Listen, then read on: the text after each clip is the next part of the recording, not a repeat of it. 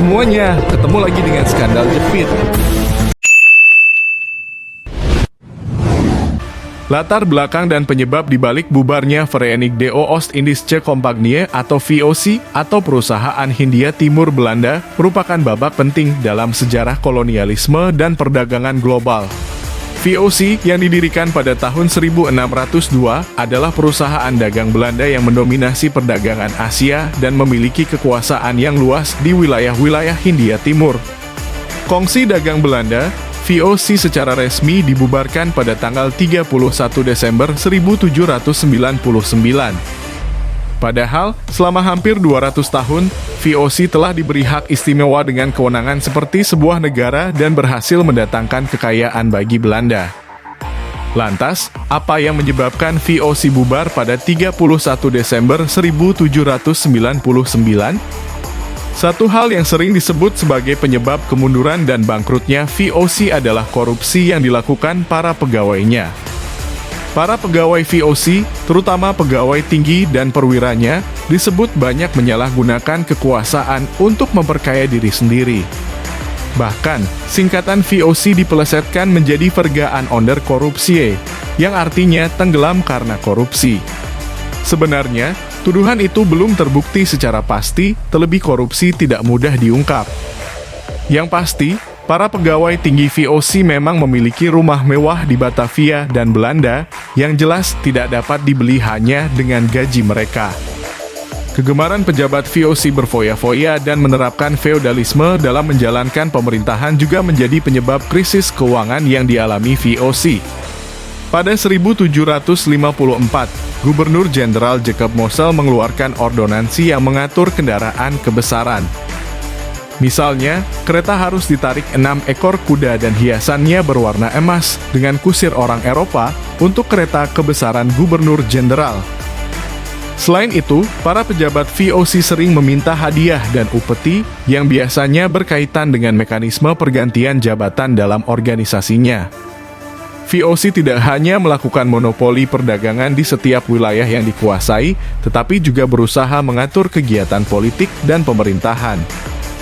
Hal ini membuat peperangan tidak terelakkan karena tidak semua kerajaan di Nusantara mau tunduk. Mataram, Gorontalo, Ternate, Tidore, dan Banten tercatat sebagai kerajaan-kerajaan yang pernah melakukan perlawanan terhadap VOC.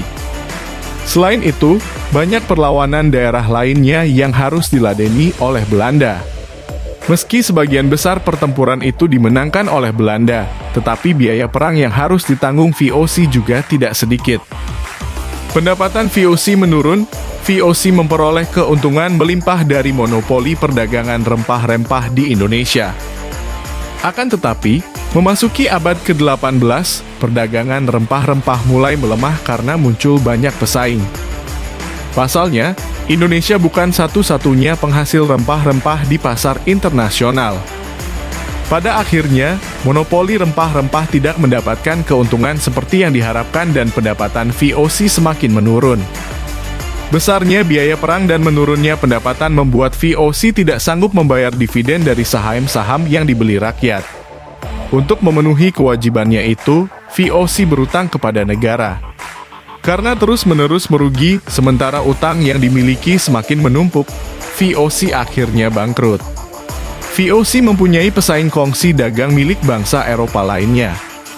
Negara tetangga Belanda, Inggris dan Prancis juga memiliki kongsi dagang yang sama kuatnya, yakni CDI atau Compagnie des Indes milik Prancis dan EIC atau East India Company milik Inggris.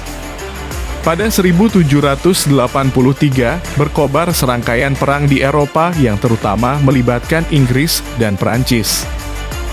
Dalam keadaan itu, Belanda berusaha netral, tetapi tidak selalu berhasil. Bahkan, kapal-kapal dagang VOC yang bertolak maupun kembali dari Asia menjadi sasaran armada dua kongsi dagang Prancis dan Inggris. Lambat laun, kapal-kapal VOC yang berani mengarungi lautan semakin berkurang.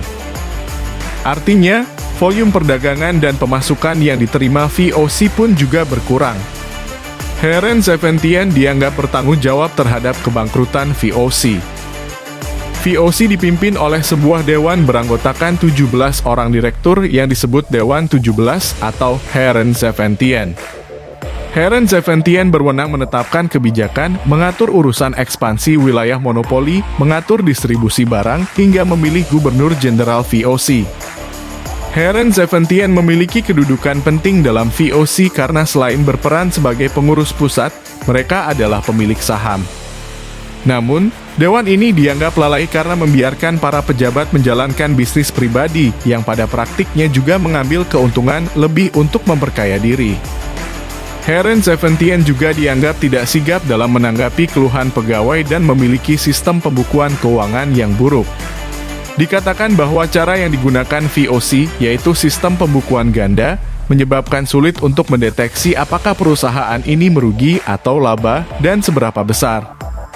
Perubahan pemerintah di negeri Belanda pada 1795 berpengaruh besar bagi VOC. Pada waktu itu, kerajaan Belanda berubah menjadi Republik Bataaf setelah serangan Prancis ke Belanda yang membuat Raja Willem V melarikan diri ke Inggris.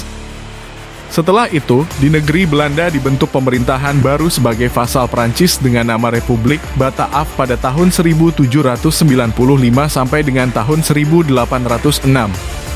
Pemerintahan yang baru kemudian memutuskan untuk mengambil alih seluruh kekayaan VOC sebagai pelunasan utang-utangnya. Setelah mengambil alih VOC dan menghapus hak-hak istimewanya atau hak oktroi, Republik Bataaf membentuk panitia. Pada akhirnya, panitia ini menyatakan bahwa VOC tidak dapat dipertahankan lagi. VOC resmi dibubarkan pada 31 Desember 1799 dan harta kekayaannya yang tidak bergerak, misalnya daerah jajahan seperti Indonesia, diambil alih oleh pemerintah, yakni Republik Bataaf. Pada puncak kekuasaannya, VOC menjadi salah satu perusahaan dagang paling kuat di dunia. Perusahaan ini memiliki armada kapal, pangkalan perdagangan, dan pos perdagangan di berbagai tempat di Asia.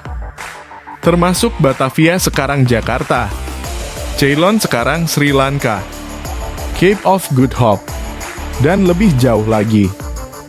VOC menguasai perdagangan rempah-rempah dan mendapatkan monopoli atas banyak komoditas yang sangat dicari di Eropa.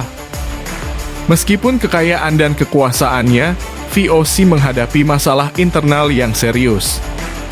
Korupsi menjadi masalah yang semakin merajalela di kalangan pejabat VOC dan manajemen yang buruk menyebabkan pemborosan dan penyalahgunaan keuangan perusahaan. Keputusan yang buruk dalam mengelola aset dan sumber daya menyebabkan kerugian finansial yang signifikan.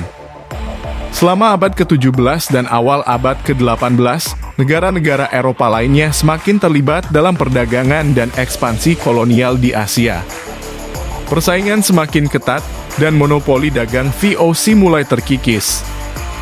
Negara-negara lain, seperti Inggris dan Prancis, mulai mendirikan pos perdagangan sendiri dan memperebutkan kendali atas jalur perdagangan rempah-rempah. Pada akhir abad ke-18, VOC menghadapi krisis finansial serius. Hutang perusahaan semakin membengkak, dan VOC tidak lagi mampu membayar kreditornya. Perusahaan ini berada dalam kebangkrutan yang mendalam dan tidak memiliki cukup dana untuk memulihkan diri. Pemerintah Belanda merasa terpaksa untuk melakukan tindakan tegas.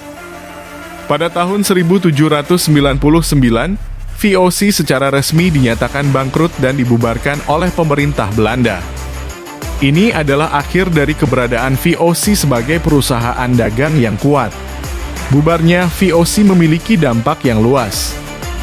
Pengaruh perdagangan Belanda di wilayah Asia menurun, dan sejumlah wilayah bekas kekuasaan VOC menjadi koloni atau protektorat bangsa-bangsa Eropa lainnya.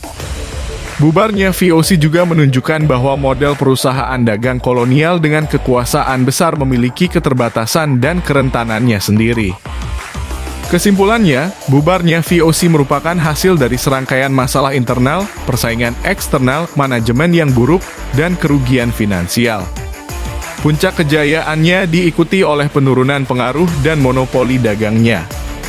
Pembubaran VOC menandai akhir dari era kolonial yang sangat kuat di Asia dan membawa akhir dari satu babak sejarah perdagangan global dan kolonialisme. Terima kasih telah menonton tayangan ini. Jangan lupa like, comment, and subscribe untuk membangun channel ini lebih baik lagi. Wassalam.